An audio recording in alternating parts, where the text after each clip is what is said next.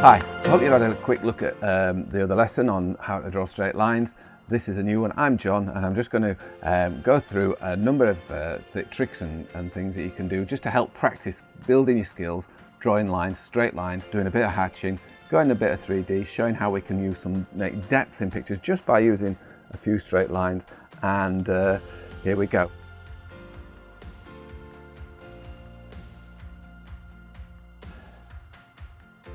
If you look at the other video, you'll see that we can make straight lines if we hit one point and then aim at the other one. So we move the whole of our arm. Remember that we're moving a tracking movement and we're moving all the joints at once. We're not just making a little bit of a curve with our wrist, but we're actually making the line run straight.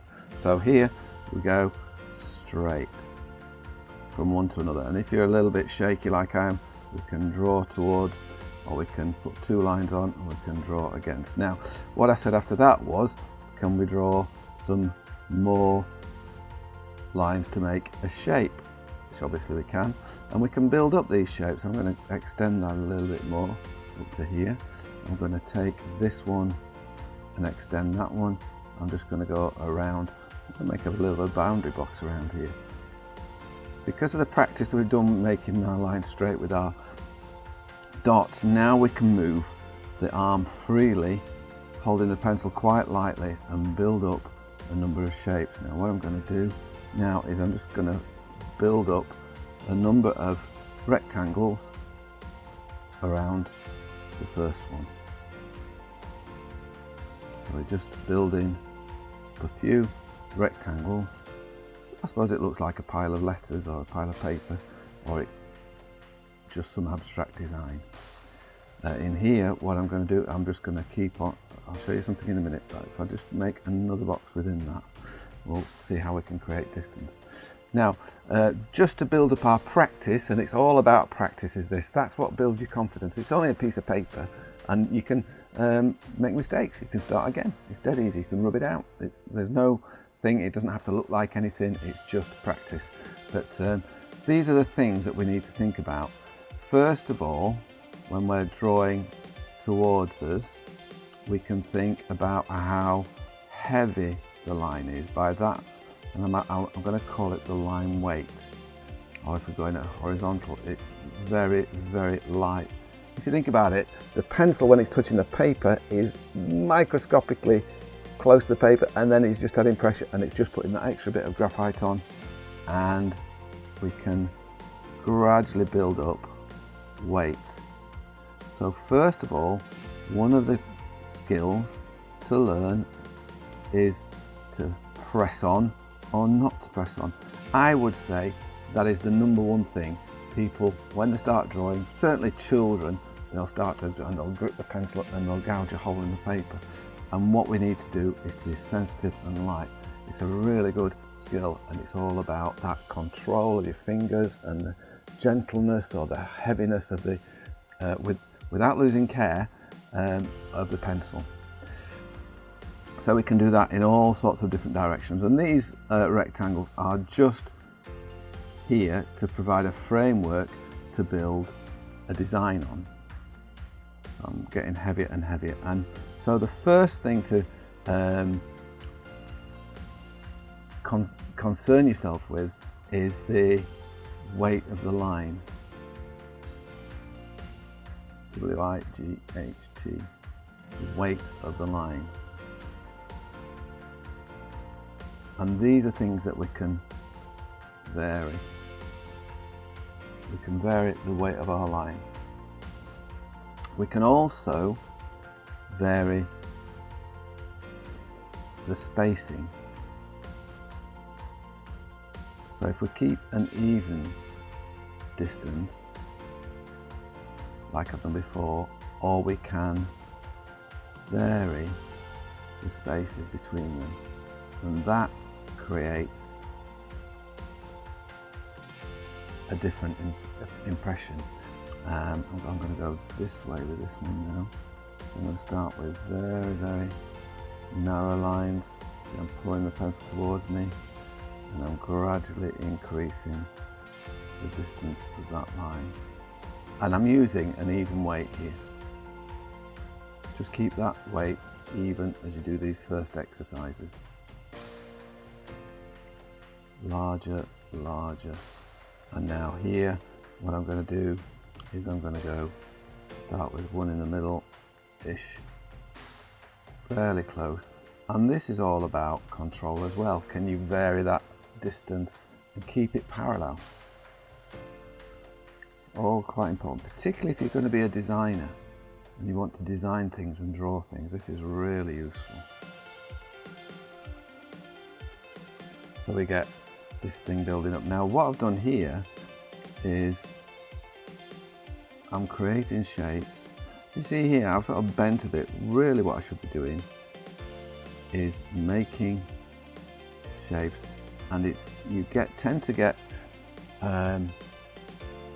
better designs, much more straight shapes if you don't start at the point in which at corners we can overlap them, and that tends to build us in a little bit more freedom, rather than I'm trying to build a square here, going from point to point, and it doesn't quite work.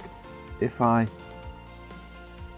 have this line already moving quite fast, then it'll create a straighter line. Just build up a few more here, and so on. And we can also, so we vary the spacing, we can vary the direction of the line as well. So there's three things there, and here what I'm doing is I'm varying the direction of this one. I'm just moving it across from one corner. It's called a radiating pattern. Let's do that again.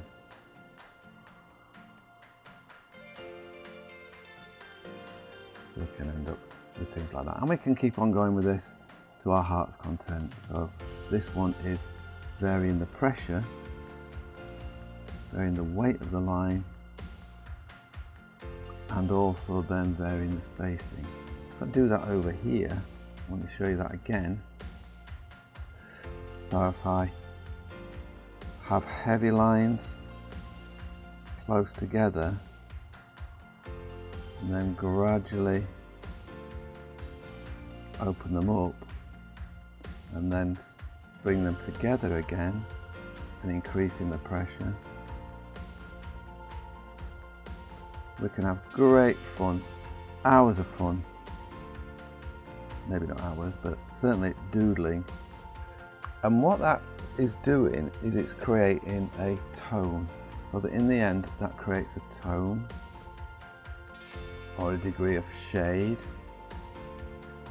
which is, or sometimes we call it the value, and that's all to do with the lightness and darkness. Now when we're doing this, these sorts of lines, it can be called cross-hatching, and I'm sure many of you have seen things that are shaded just with lines, maybe even crisscrossed in that sort of way. And it's a very quick way of making something look quite dark very quickly. And you can see the difference now between all these panels that I'm drawing. And another thing is that degree of darkness can change. Now what I'm going to do here is I'm just going to draw a number of squares. So say for instance I put in 3 lines evenly spaced in that one, and then I'm going to put the same 3 lines evenly spaced in that one, or maybe not so evenly spaced, but keep the spacing even.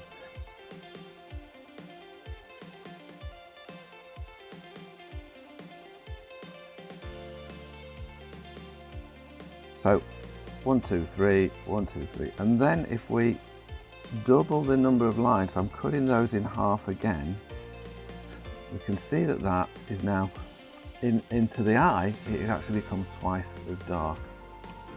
If these are evenly spaced, let's try that again. 1, 2, 3. So now I'm going to split those up, and I'm just going to split them up again. And it's becoming gradually darker as we go across. So I'm going to put my 3 in, split them up, split them up again. Now here, with the control, because we want to keep these fairly even. So that's gradually becoming darker. If I go even further across.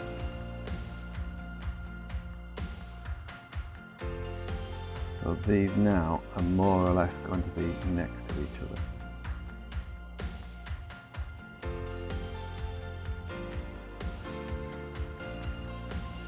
And I'm using one of these propelling pencils, and it has got a soft lead in it.